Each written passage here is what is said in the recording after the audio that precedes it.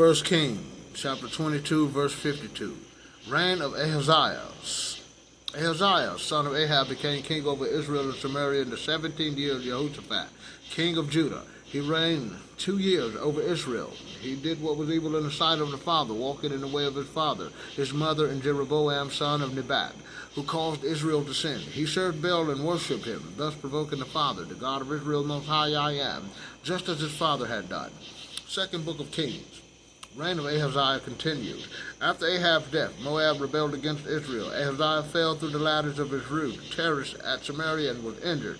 So he sent out messengers with the instructions, "Go inquire of Beelzebub, the god of Ephron, whether I shall recover from this injury." Meanwhile, the messenger of the father said to Elijah the Tishbite, "Go and meet the messengers of Samaria's king and tell them, is it because there is no God in Israel that you are going to inquire of Beelzebub, the god of Ekron? For this the father says, you shall not leave the bed upon which you lie, instead you shall die." And Elijah departed. The messengers then returned to Ahaziah, who asked them, "Why have you returned?"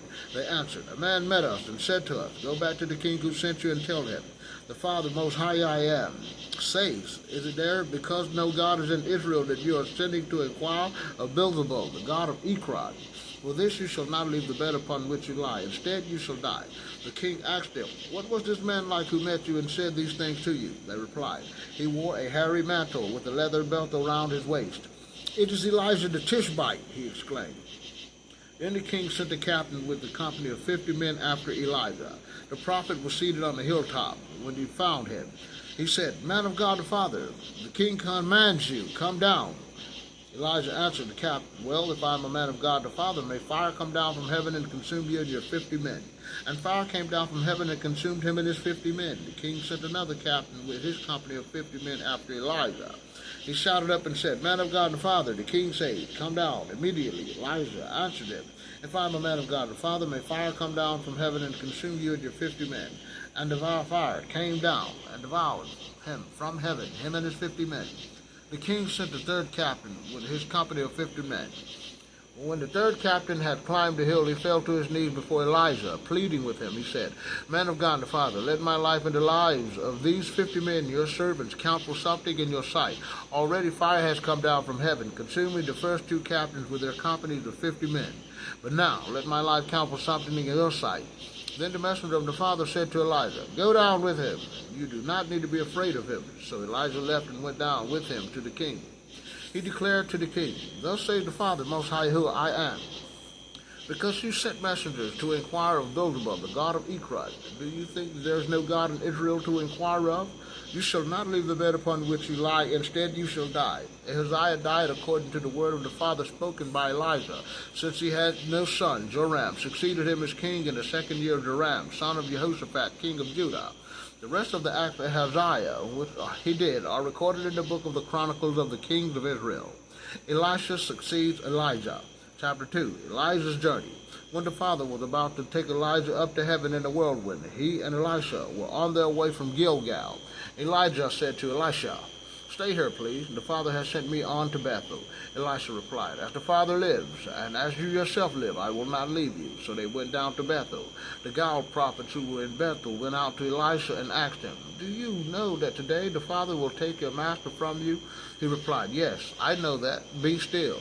Elijah said to him, "Elisha, stay here, please. The Father has sent me on to Jericho." Elisha replied, "As the Father lives, and as you yourself live, I will not leave you." So they came to Jericho.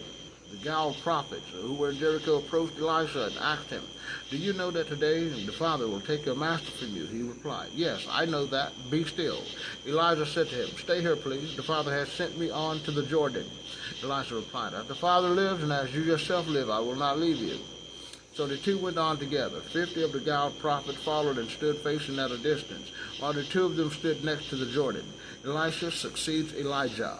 Elijah took his mantle, rolled it up, and struck the water. It divided, and the 2 of them crossed over on dry ground. When they had crossed over, Elijah said to Elisha, "Request whatever I might do for you before I am taken from you." Elisha answered, "May I receive a double portion of your spirit?" He replied, "You have asked something that is not easy.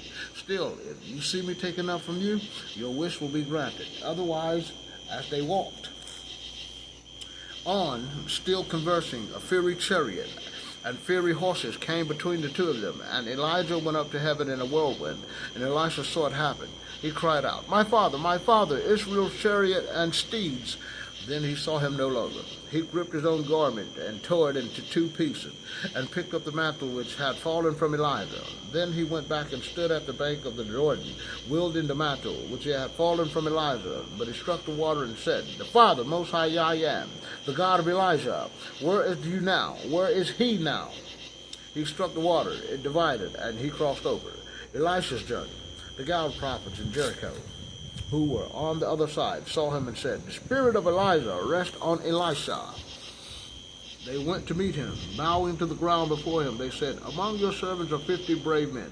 Let them go in search of your master. Perhaps the spirit of the Father has lifted him up and left him on some mountain or in some valley. He answered, do not send him. But they kept urging him until he was embarrassed and said, send them.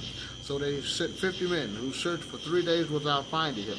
When they returned to Elisha in Jericho, where he was staying, he said to them, did I not tell you to go? The inhabitants of the city complained to Elisha, the sight of the city is fine indeed, as my lord can see, but the water is bad and the land sterile. Elisha said, bring me a new bowl and put salt into it. When they had brought it to him, he went out to the spring and threw salt into it, saying, thus saith the Father, I have purified this water. Never again shall death or sterility come from it. And the water has stayed pure, even to this day, according to the word of Elisha had spoken. From there Elisha went up to Bethel. While he was on the way, some little boys came out of the city and jeered at him. Go away, Baldy! Go away, Baldy! The prophet turned and saw them, and he cursed them in the name of the Father. The 2 she-bears came out of the woods and tore 42 of the children to pieces. From there he went on to Mount Carmel, and returned to Samaria from there. Stories of Elisha and Joram.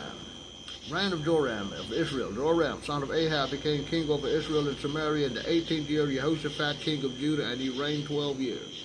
He did what was evil in the father's sight, though not like his father and mother. He did away with the pillar of Baal that his father had made. But he still held fast ceasingly to the sins which Jeroboam, son of Nebat, caused Israel to commit. War against Moab. Drought.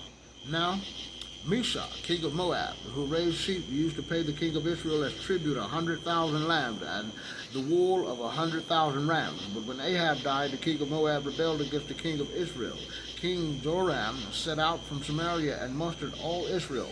Then he sent Jehoshaphat, the king of Judah, the message, the king of Moab has rebelled against me. Will you come with me to Moab to fight? He replied, I will. You and I are as one, your people and my people, and your horses and my horses as well. He said, by what route shall we attack? And the other said, we shall attack. And the other said, by way of the wilderness of Edom.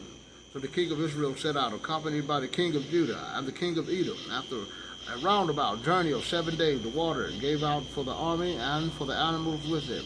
The king of Israel exclaimed, alas, the Father has called 3 kings together only to deliver us into the power of Moab. But Jehoshaphat asked, is there no prophet of the Father here, that through whom we may inquire of the Father? One of the servants of the king of Israel, Elisha, son of Shaphat, who poured water on the hands of Elisha, is here. Jehoshaphat agreed. He has the word of the Father. So the king of Israel, along with Jehoshaphat and the king of Edom, went down to Elisha. Elisha asked the king of Israel, what do you want with me? Go to the prophets of your father and to the prophets of your mother. The king of Israel replied, no, the Father has called these 3 kings together only to deliver us into the power of Moab. Then Elisha said, as the Father, the Lord of hosts lives, whom I serve, were it not that I respect Jehoshaphat, the king of Judah, I should neither look at you nor notice you at all. Now get me a minstrel. When the minstrel played, the hand of the Father came upon Elisha, and he announced, thus said the Father, provide many cast basins in this wading, and for the Father's sake, though you will see neither wind nor rain, yes, this wading will be filled with water for you to drink, and for your livestock and pack animals. And since the Father does not consider this enough, he will also deliver Moab into your power. You shall devour every fortified city and every choice city, fill every fruit tree, stop up all the springs, and ruin every fertile field with stones. In the morning, at the time of the sacrifice, water comes from the direction of Edom and fill the land. Thank you so much, Father.